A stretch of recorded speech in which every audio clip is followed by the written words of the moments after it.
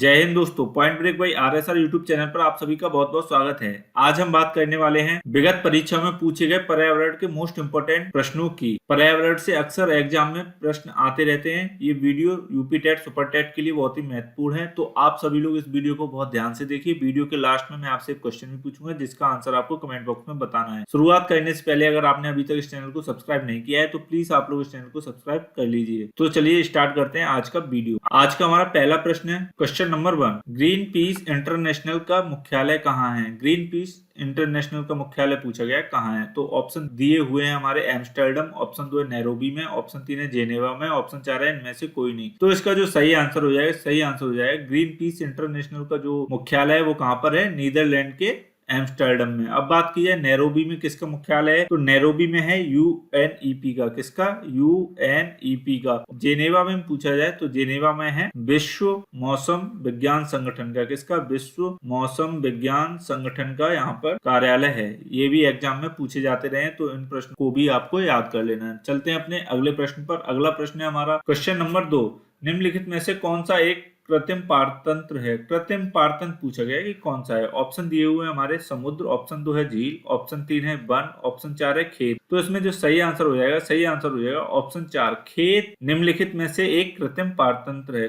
कौन सा है? खेत। समुद्र प्राकृतिक है, झील भी प्राकृतिक है और वन, ये तीनों ही प्राकृतिक पारतंत्र होते हैं। चलते हैं अपने अगले प्रश्न पर। अगला प्रश्न है हमारा क्वेश्चन नंबर 3, फूड चेन में मानव है। खाद्य श्रृंखला में मानव का पूछा गया है कि कौन सा स्थान है या फिर क्या कार्य करता है। तो ऑप्शन है हमारे 1 निर्माता है, ऑप्शन 2 केवल प्राथमिक उपभोक्ता है, ऑप्शन 3 है केवल द्वितीयक उपभोक्ता है, ऑप्शन 4 है विकल्प 2 और 3 दोनों सही है। तो हमारे इसका जो सही आंसर हो जाएगा, सही आंसर हो जाएगा ऑप्शन 4, विकल्प 2 और 3 इसमें दोनों ही सही हैं। जब मानव साग सब्जियों का सेवन करता है तब वो कौन सा हो जाता है? तब वो कहलाता है प्राथमिक उपभोक्ता। और जब मांसाहार करता है तब वो क्या कहलाता है? तब वो कहलाता है द्वितीयक उपभोक्ता है। तो इसलिए इसका सही आंसर क्या हो जाएगा? विकल्प 2 और 3 दोनों ही इसके सही आंसर हो जाएंगे। चलते हैं अपने अगले प्रश्न पर। अगला प्रश्न है हमारा क्वेश्चन नंबर 4, जीव भार का पिरामिड किस पारिस्थितिक तंत्र में उलट जाता है? पूछा गया है कौन से पारिस्थितिक तंत्र में उलट जाता है। ऑप्शन दिए हुए हैं हमारे वन में, ऑप्शन 2 तालाब में, ऑप्शन 3 है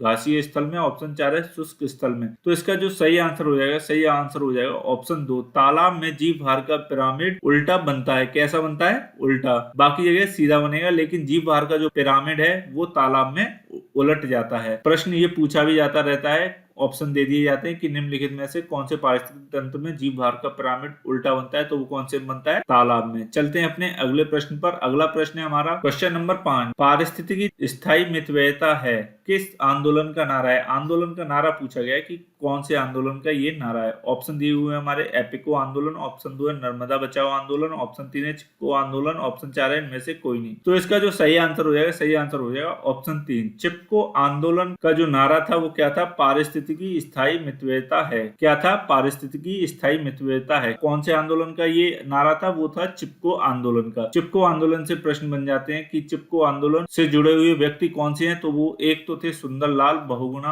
और दूसरे थे चंडी प्रसाद भट्ट। कौन से थे? चंडी प्रसाद भट्ट। ये दो चिपको आंदोलन से जुड़े हुए व्यक्ति थे। चलते हैं अपने अगले प्रश्न पर। अगला प्रश्न है हमारा क्वेश्चन नंबर 6, लैंटिक आवास के उदाहरण है। लैंटिक आवास के उदाहरण पूछा गया है कि कौन से हैं। ऑप्शन है हमारे तालाब दलदल, ऑप्शन 2 है झील जलाशय, ऑप्शन 3 है आर्द्र भूमि, ऑप्शन 4 है उपयुक्त सभी। तो इसका जो सही आंसर हो जाएगा, सही आंसर हो जाएगा ऑप्शन 4, उपयुक्त सभी। लैंटिक आवास के कौन कौन से उदाहरण है? तालाब दलदल भी होता है, झील जलाशय भी होता है और आर्द्र भूमि। अब जान लेते हैं लैंटिक आवास क्या होते हैं। लैंटिक आवास वे आवास होते हैं जिनमें स्थिर जल रहता है, उनको हम क्या बोलते हैं? लैंटिक आवास। और ऐसे में ये सभी इसके उदाहरण है, ये भी हमको पता होना चाहिए। चलते हैं अपने अगले प्रश्न पर। अगला प्रश्न है हमारा क्वेश्चन नंबर 7, साइलेंट वैली परियोजना किस राज्य से संबंधित है? साइलेंट वैली परियोजना पूछ गई है कि कौन से राज्य से संबंध रखती है। ऑप्शन है हमारे उत्तराखंड से, ऑप्शन 2 है केरल से, ऑप्शन 3 है तमिलनाडु से, ऑप्शन 4 है आंध्र प्रदेश से। तो इसका जो सही आंसर हो जाएगा, सही आंसर हो जाएगा ऑप्शन 2, केरल से साइलेंट वैली परियोजना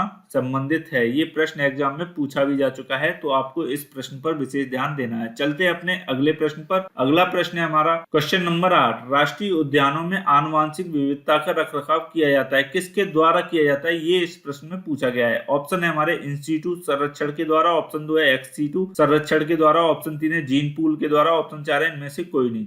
तो इसका जो सही आंसर हो जाएगा ऑप्शन 1, इन सीटू संरक्षण के द्वारा राष्ट्रीय उद्यानों में आनुवांशिक विविधता का रखरखाव किया जाता है। अगर बात की जाए एक्स सीटू संरक्षण क्या होता है, तो एक्स सीटू संरक्षण के द्वारा राष्ट्रीय उद्यानों से बाहर आनुवांशिक विविधता का रखरखाव किया जाता है। और एक्स सीटू संरक्षण के लिए पूछा जाता है कि कौन सी गैस का इस्तेमाल किया जाता है, तो वो कौन सी गैस का करते हैं, नाइट्रोजन गैस का इस्तेमाल किया जाता है। चलते हैं अपने अगले प्रश्न पर। अगला प्रश्न है हमारा question number 9, red data book का प्रकाशन किसके द्वारा किया जाता है। रेड डाटा बुक पूछा गई है कि किसके द्वारा इसका प्रकाशन किया जाता है। ऑप्शन दिए हुए हैं हमारे WWF के द्वारा, ऑप्शन 2 है UNEP के द्वारा, ऑप्शन 3 है IUCN के द्वारा, ऑप्शन 4 है इनमें से कोई नहीं। तो इसका जो सही आंसर हो जाएगा ऑप्शन 3, IUCN के द्वारा रेड डाटा बुक का प्रकाशन किया जाता है। रेड डाटा बुक क्या होती है, इसमें जो विलुप्त प्राय प्राणियों की जो जातियां होती हैं उनको इस बुक में या इस रिपोर्ट में लिखा जाता है। और कोई भी प्राणी कब विलुप्त प्राय माना जाता है, जब उसको उसके प्राकृतिक आवास में 50 वर्षों से नहीं देखा गया हो। चलते हैं अपने अगले प्रश्न पर। अगला प्रश्न है हमारा क्वेश्चन नंबर 10, विश्व वेटलैंड दिवस मनाया जाता है। ये प्रश्न कई बार एग्जाम में पूछा जाता रहा है और आगे भी पूछा जाता रहेगा। ऑप्शन दिए हुए हैं हमारे 2 फरवरी को, ऑप्शन 2 है 2 मई को, ऑप्शन 3 है 2 मार्च को, ऑप्शन 4 है 2 अप्रैल को। तो इसका जो सही आंसर हो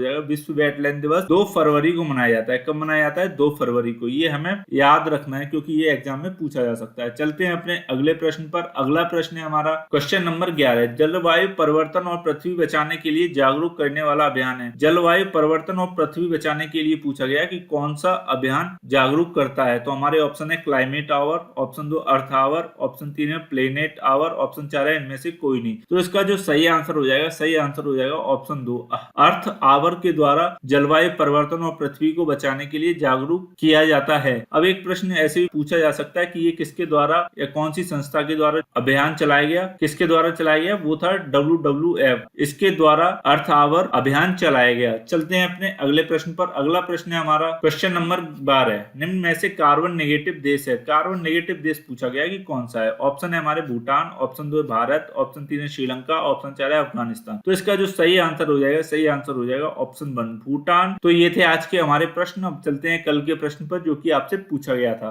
कल का प्रश्न है हमारा, उत्तर प्रदेश में सिंचाई का सबसे बड़ा स्रोत क्या है। सोर्स पूछा गया था कि सबसे बड़ा सोर्स क्या है। तो इसका जो सही आंसर हो जाएगा नलकूप। नलकूपों के द्वारा उत्तर प्रदेश में सर्वाधिक सिंचाई होती है। अब आते हैं आज के प्रश्न पर जिसका आंसर आपको कमेंट बॉक्स में बताना है। आज का प्रश्न है हमारा, निम्न में से कार्बन नेगेटिव देश है। तो ये 4 हमारे ऑप्शन दिए गए हैं। इनमें से जो भी आंसर सही हो उसको आप कमेंट बॉक्स में कमेंट करके जरूर बताएं। अगर आपको ये वीडियो अच्छा लगा हो तो प्लीज इस वीडियो को ज्यादा से ज्यादा लाइक और शेयर करें और हमारे चैनल #PointBreak को यूट्यूब पर सर्च करके सब्सक्राइब करें, क्योंकि मैं लगातार इसी तरह के वीडियोस लाता रहता हूँ जो आपकी प्रिपरेशन में बहुत ही महत्वपूर्ण होंगी। Thanks for watching. जय हिंद।